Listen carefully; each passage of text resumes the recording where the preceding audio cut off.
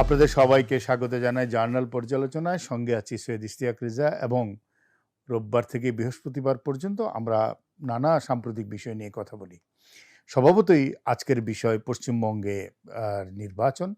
ভারতের এই বাংলা ভাষী অধ্যুষিত রাজ্যটিতে দীর্ঘদিন ক্ষমতায় ছিলেন তৃণমূল কংগ্রেস নেত্রী মমতা বন্দ্যোপাধ্যায়।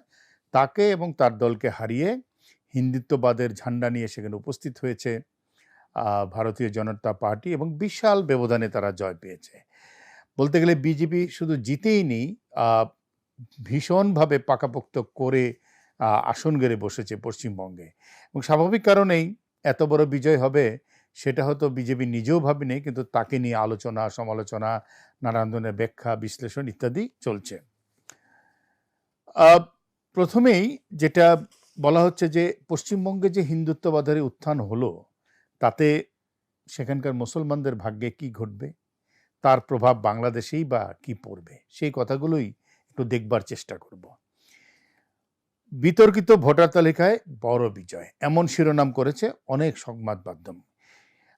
কারণ হলো এই নির্বাচনের আগে চলতি মাসে নির্বাচন কমিশন, ভারতীয় নির্বাচন কমিশন একটি আইন করে, এসআইআর বিশেষ নিবিড় সংশোধন। এর মাধ্যমে ভোটার তালিকায় তারা হালনাগাদ করে।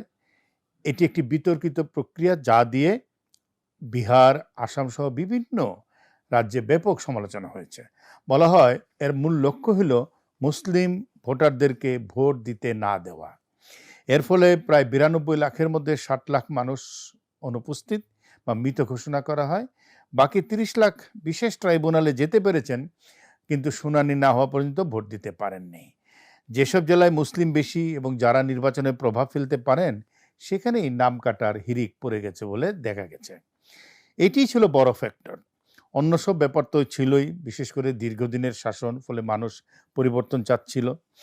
ছিল মমতা ব্যানার্জির বিরুদ্ধে ব্যাপক দুর্নীতি, সন্ত্রাস এবং স্বজনপ্রীতির অভিযোগ এবং তার নিজস্ব দুর্বিনীত আচরণের অভিযোগ। মমতায় দীর্ঘদিন ক্ষমতায় ছিল এবং সেখানে 34% ভোটই ছিল মুসলিম ভোট, ছিল তার জনপ্রিয়তার ভিত্তি। তাই এবার বিজেপির জয়ে জোরালোভাবে সামনে আসছে যে সেখানকার মুসলমানদের ভাগ্যে কি ঘটবে। এসআইআর এর মাধ্যমে এমন সব মুসলিম ভোটারদেরকে বাদ দেওয়া হয়েছে যারা ভারতের হয়ে 1971 সালে যুদ্ধ করেছে পাকিস্তানের বিরুদ্ধে, কার্গিল যুদ্ধ করেছে, এমনকি সর্বশেষ অপারেশন সিন্দুরও যুদ্ধ করেছে এমন মুসলমান সৈনিক, কর্মকর্তা, এরকম ব্যক্তিদেরকেও বাদ দেওয়া হয়েছে। এমন সব মানুষকে বাদ দেওয়া হয়েছে ভোটার তালিকা থেকে যারা শত বছর ধরে পশ্চিমবঙ্গে বাস করছে বংশ পরস্পরায়। বলা হচ্ছে মুসলিমদের আসলে পরিকল্পিতভাবেই তালিকা থেকে বাদ দিতে এই কাজ করা হয়েছে। ফলে এখনকার চিন্তার বিষয় হলো বিজেপি এলো, মুসলমানদের কি হবে, সেখানকার মুসলমানদের কি হবে। কিছু কিছু বিষয় তো সামনে আসছেই। একটা হলো নাগরিকত্ব, বৈধ কাগজপত্র, বসবাসের অধিকার, এসব নিয়ে সামনে উপস্থিত হবে বিজেপি এবং পশ্চিমবঙ্গের বিজেপি সরকার। যদি নতুন সরকার কঠোর অভিবাসন নীতি গঠন করে তাহলে অনথিভুক্ত বা সন্দেহভাজন অভিবাসীদের উপর নজরদারি বাড়তে থাকবে। এমনকি আইনি জটিলতা বা প্রত্যাবাসনের আশঙ্কাও উড়িয়ে দেওয়া যায় না। এবং এসব নীতির একমাত্র টার্গেট হবে মুসলিম। তবে কোনো কোনো ক্ষেত্রে সংবাদ মাধ্যম বলছে মুসলমান ছাড়াও ভারতের অন্যান্য রাষ্ট্রের মতো খ্রিস্টানরাও হবে হিন্দুদের বড় টার্গেট এই পশ্চিমবঙ্গে। সেকুলার পশ্চিমবঙ্গে হিন্দুত্ববাদের উত্থান, বাংলাদেশেও চলছে ব্যাপক বিশ্লেষণ। অদ্ভুতভাবে বাংলাদেশে যারা ধর্মভিত্তিক রাজনীতি করে তারা পশ্চিমবঙ্গে আরেকটি ধর্মভিত্তিক রাজনৈতিক দলের বিজয় নিয়ে সমালোচনা করছে। আবার বাংলাদেশে যারা সেকুলার রাজনীতি চায় তারা তৃণমূলের পরাজয় ব্যথিত, তারা বিজেপির জয়ে উচ্ছ্বসিত। এক বিরাট বৈপরীত্য আমরা বাংলাদেশে দেখতে পাচ্ছি।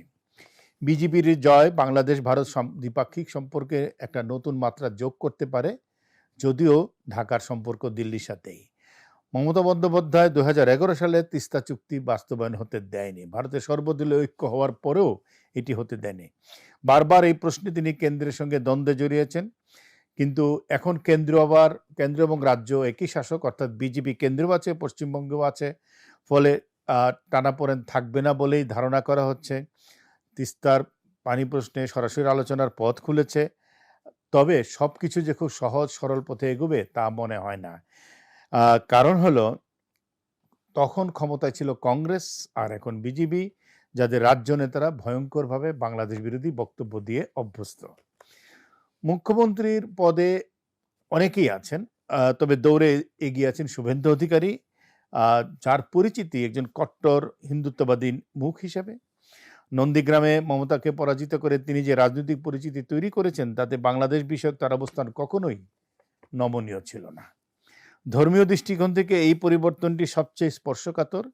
বিজেপির রাজনীতির কেন্দ্রে হিন্দুত্বের যে আদর্শ, তা পশ্চিমবঙ্গে রাষ্ট্রীয় ক্ষমতায় প্রতিষ্ঠিত হলে বাংলাদেশে সংখ্যালঘু হিন্দু সম্প্রদায়কে ঘিরে নানা ধরনের বয়ান তৈরি হতে শুরু করবে এবং তার একটা প্রভাব বাংলাদেশে পড়বে। ওখানে যদি মুসলমানদের সাথে কিছু ঘটে, তাহলে স্বভাবতই এখানে হিন্দুদের সাথে কিছু ঘটার আশঙ্কা থাকবে।